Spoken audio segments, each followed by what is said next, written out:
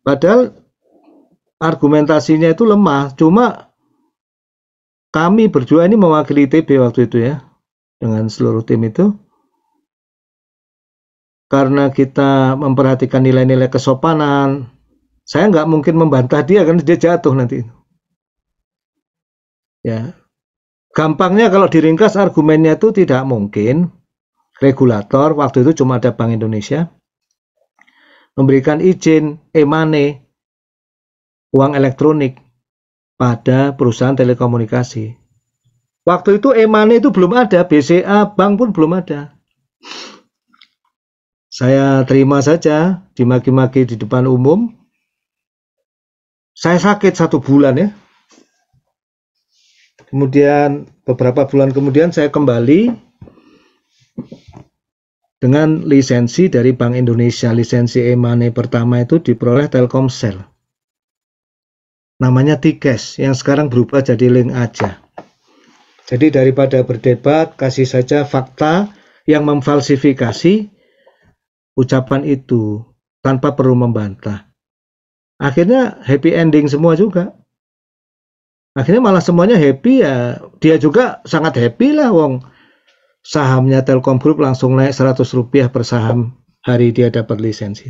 Ini berbagi aja ya.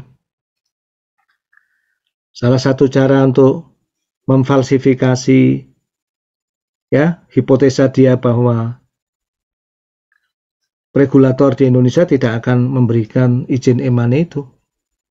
Ya, kita carikanlah izin itu ya. 17 Januari 2007 keluar izinnya ya, atas nama Telkomsel. Itu konsultannya waktu itu LPPM ITB, kebetulan saya lead, di timnya ada Pak Budi Raharjo dan lain-lain.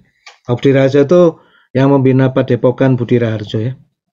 Nah ini salah satu contoh ya.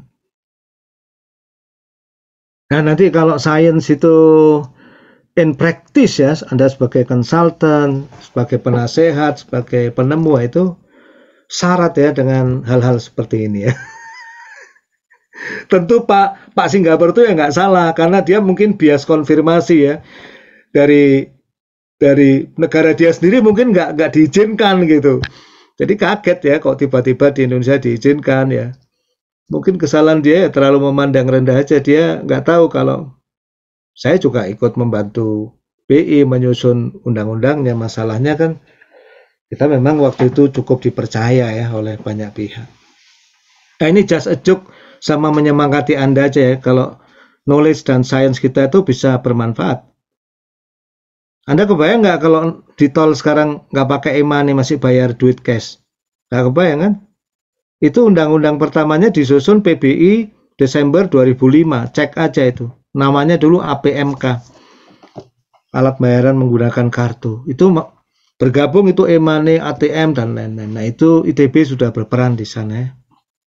Kebetulan saya salah satu timnya. Ya ini untuk menghangatkan suasana saja. Kita masih sebetulnya sudah habis ya, tapi saya ingin cerita sedikit ya beberapa policy yang nanti tolong Anda pelajari ya. Itu nanti akan dalam bentuk tugas. Saya ingin memberi contoh policy lain saja. Yang sederhana-sederhana saja. Salah satunya yang paling sering orang itu salah itu policy atau kesalahan penalaran overgeneralization. Terlalu menggeneralisasi. Nama lainnya policy of dramatic instance. Ini penggambarannya yang paling sederhana seperti ini.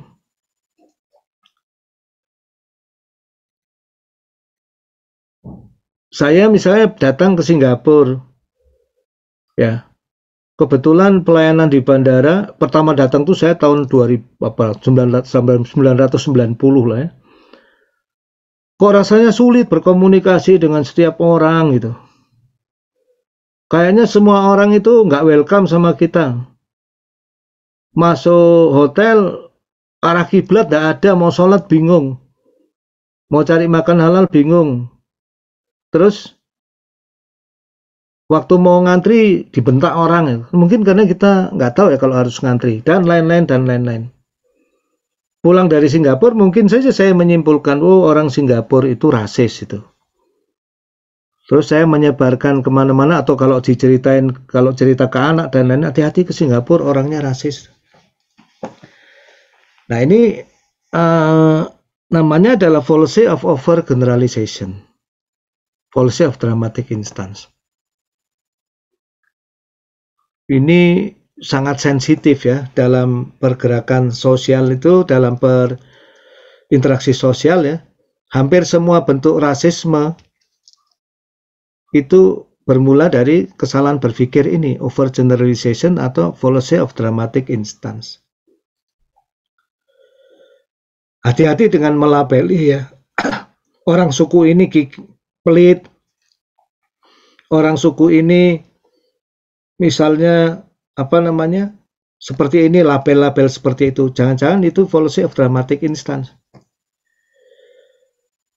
Dalam hal itu jatuh ke prasangka, kalau dalam agama itu dosanya bisa besar sekali.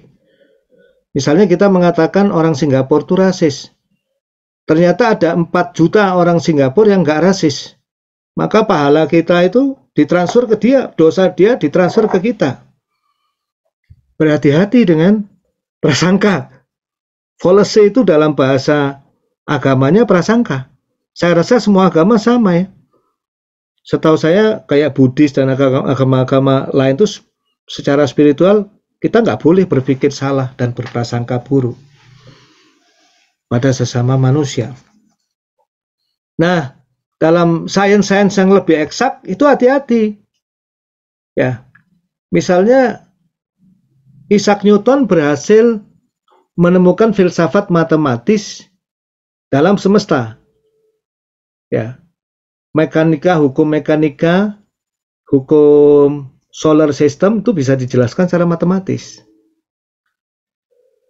Setelah itu Maxwell menemukan penyatuan yang kedua yang disebut teori gelombang elektromagnetika. Seluruh fenomena listrik dan magnet itu bisa disatukan.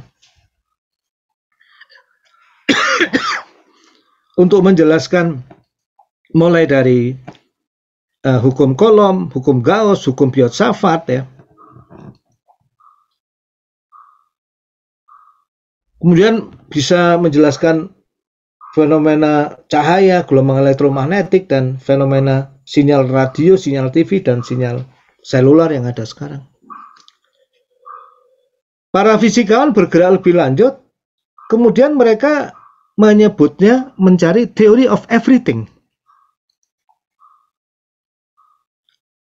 Orang-orang besar seperti Albert Einstein, Stephen Hawking sampai meninggal, dan banyak ribuan fisikawan itu bergelimpangan sampai detik ini nggak pernah ada kemajuan yang signifikan dalam theory of everything. Kalau menurut saya di dalam namanya aja theory of everything itu ada kesombongan ya, mohon maaf ya. Ini opini pribadi saya. Kalau para fisikawan melawan ya nggak ada masalah. Dan di dalamnya ada kecenderungan bias, fallacy of overgeneralization atau dramatic instance. Ya, mendramatisasi. Seperti yang terjadi sekarang, semua hal pengen dipecahkan sama machine learning sama data science. Nah, kadang-kadang yang modelnya udah jelas dipaksakan mau pakai data science dan AI. Hati-hati. Ya, 60% lebih ya, 60% lah mungkin ya. Mahasiswa S3 tahun lalu tuh semua maunya data science, AI, machine learning. Ya. Itu bukan suatu yang salah sebagai tren, tapi hati-hati terhadap fallacy of dramatic instance. Overgeneralization. Nah, ini tolong nanti dipelajari, akan saya keluarkan dalam bentuk tugas ya, filenya sudah ada ya, berbagai bentuk fallacy, sehingga kita bisa terhindar. Nah, ketika meneliti fallacy-fallacy ini harus dihindari, supaya Anda memiliki integriti personal yang baik. Fallacy-fallacy itu tidak harus hanya dihindari hanya untuk penelitian ilmiah, tapi fallacy-fallacy yang masih tinggal dalam diri kita seperti rasis dan lain-lain. Ya. Misalnya ada yang banyak ya, contoh-contoh di sini yang bisa Anda pelajari ya. Policy circular reasoning. Misalnya dalam menjudge bahwa orang miskin itu cenderung malas, sehingga tidak bisa memiliki tingkat intelektual yang tinggi. Nah, di situ ada sebuah perdebatan ya. Ternyata ada circular reasoning yang ada di dalamnya, itu ada kesalahan berpikir ya. Seorang ilmuwan menemukan bahwa seorang miskin kebanyakan tuh nggak bisa mencapai tingkat pendidikan yang lebih tinggi karena nggak ada fasilitas. Jadi ada missing link, yaitu sebab esensial. Bukan miskin itu menjadi sebab bodoh, tapi miskin karena miskin nggak punya fasilitas, karena nggak punya fasilitas ya nggak bisa berkembang.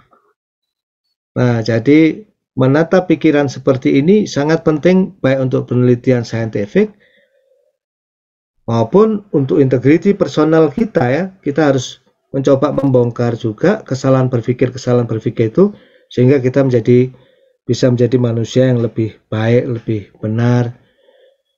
Ya, mudah-mudahan lebih selamat juga dunia dan akhirat. Barangkali itu akhir kuliah kita hari ini. Silakan saya membuka forum kalau masih ada yang mau tanya jawab, monggo. 2 jam itu waktu yang sangat luar biasa, makasih sekali ya. Saya mohon maaf dulu, disclaimer dulu ya, karena saya punya penyakit diabetes mellitus yang bergabung dengan GERD atau MAH ya. Jadi saya nggak berani ketemu Anda ya. Padahal saya pengen ngobrol. Tapi nanti mungkin kita ketemu waktu tugas akhir, ada kemungkinan Anda presentasi per kelompok ketemu saya, tapi nggak usah semua gitu. Ya.